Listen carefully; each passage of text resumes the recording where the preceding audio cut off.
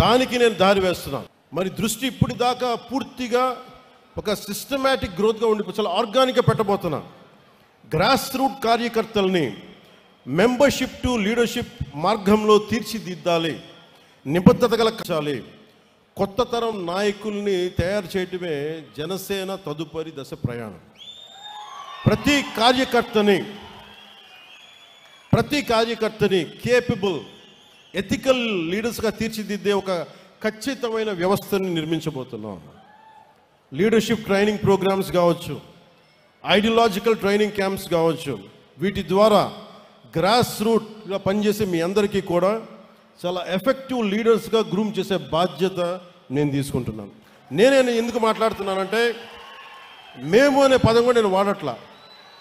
ఎందుకంటే నేను పార్టీ చిన్నగా చెప్పాను, ఒక కులం కోసం, ఒక ప్రాంతం కోసం, ఒక కుటుంబం కోసం పెట్టిన పార్టీ కాదు ఇది, దేశం కోసం పెట్టిన పార్టీ ఇది. అందుకని నేను హ్యాండ్ హోల్డ్ చేస్తాను. నాకు నమ్మకం వచ్చిన తర్వాత అప్పుడు అందరి మీద వదులుతాను. ఎందుకంటే మండల్లో ఎక్కడో కూర్చోబెట్టి మారుమూల మనకు బామిని మండలం, పాలకొండ నియోజకవర్గంలో బామిని మండలం ఒక యువకుడు ఉన్నాడు, ఒక యువతి ఉంది అంటే వాళ్ళని తీర్చిదిద్దాలి అంటే నేను అలాంటి వ్యవస్థని ఏర్పాటు చేద్దామని చెప్పి మెంబర్షిప్ డ్రైవ్ని కూడా ఆపించేశాను.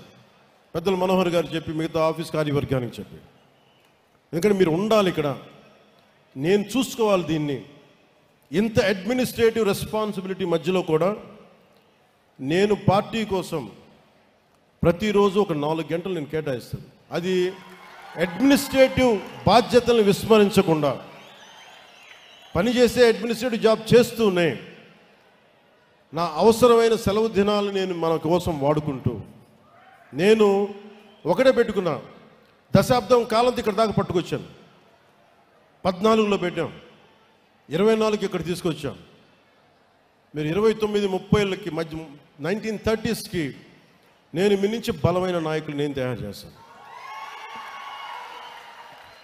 తెలంగాణ నుంచి కూడా చెప్తున్నా, ఎంత పోరాట శక్తి ఉంది, మీరు ఎంత మాట్లాడచ్చు, మీరు ఎంత నిలబడతారు. కర్ణాటక నుంచి, తమిళనాడు నుంచి, ఒరిస్సా నుంచి మీరు నేర్చుకోండి. మీరు ఫస్ట్ గొడవలు పెట్టుకోకర్లా, ఏం చేయక్కర్లా, భావన బలంతో గట్టిపడండి. Strengthen yourself with commitment and with committed thought. Pawan Kalyan అనేవాడు ఎలా నిలబడగలిగాడో మీకు అది చెప్తాను. మీకు ఎందుకు ఇలా నిలబడగలడు, ఏ ఫ్రేమ్ వర్క్ లేకుండా ఒకడు నిలబడిపోతాడా, ఏ కేపబిలిటీస్ లేకుండా ఒకడు వచ్చేస్తాడా, ఎలా చేయగలిగాను అది నేను మీకు చెప్తాను. మీరు పాటించండి.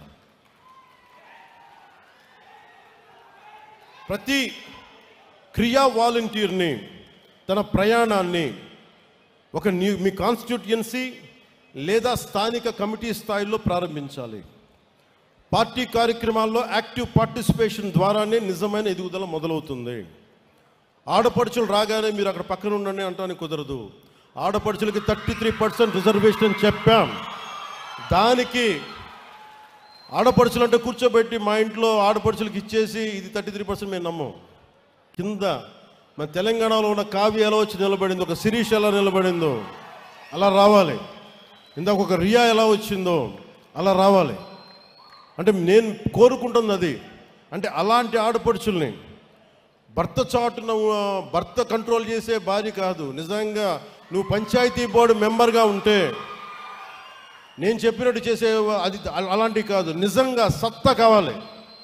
నేను స్థానిక ఎన్నికలు నేను చూశాను అలాంటి ఆడపడుచుల్ని. సో దానికోసం ప్రత్యేకమైన మహిళా కార్యక్రమాన్ని నేను లీడ్ చేసి చెప్తాను మీకు. సో ప్రతి సమర్థుడైన ప్రతి క్రియా సభ్యుడికి పార్టీ నిర్మాణంలో ఎదగడానికి ఒక బలమైన మార్గం రూపొందిస్తున్నాం.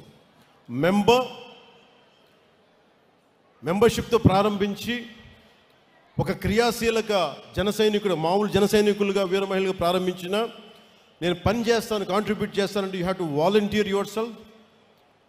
కాన్స్టిట్యుయెన్సీ, అక్కడి నుంచి constituency coordinator, district leader, state committee, central leadership. అంటే ఎవరికైనా సరే గ్రాస్ రూట్స్ నుండి ప్రారంభించి కేంద్ర నాయకత్వం వరకు చేరే అవకాశాలు ఉండడం కోసం నేను ఈ పని మొదలు పెడతా ఉన్నాను.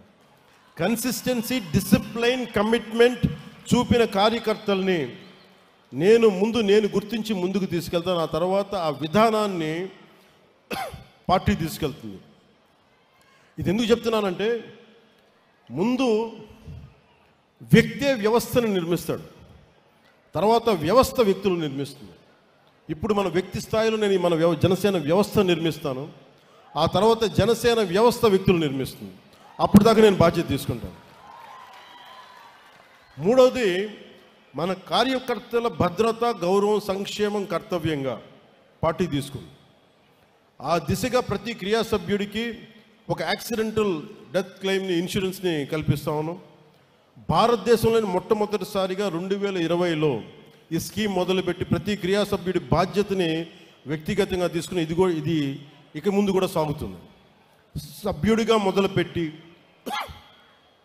నిబద్ధతతో భాగస్వామ్యమై ప్రతి జన సైనికుడు, వీర మహిళ శక్తివంతమైన నాయకులుగా ఎదిగే పరిణామ క్రమమే మన దిశ, మన త్రిశూల్, మన జనసేన.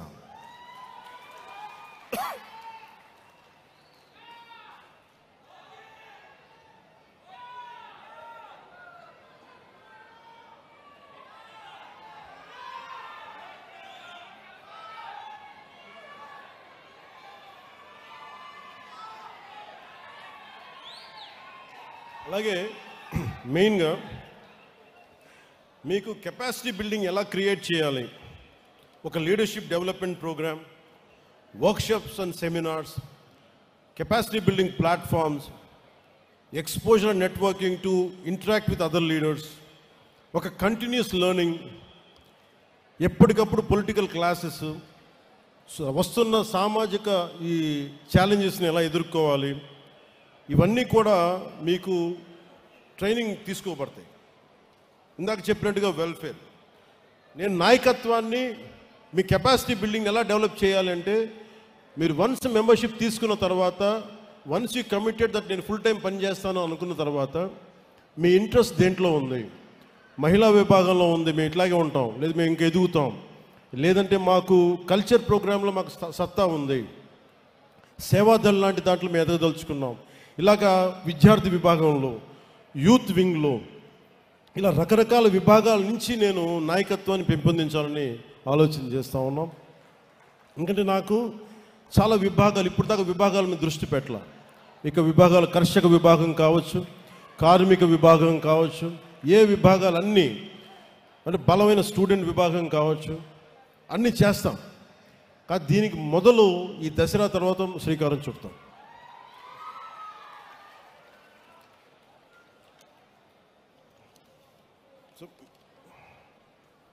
మీరు చేసిన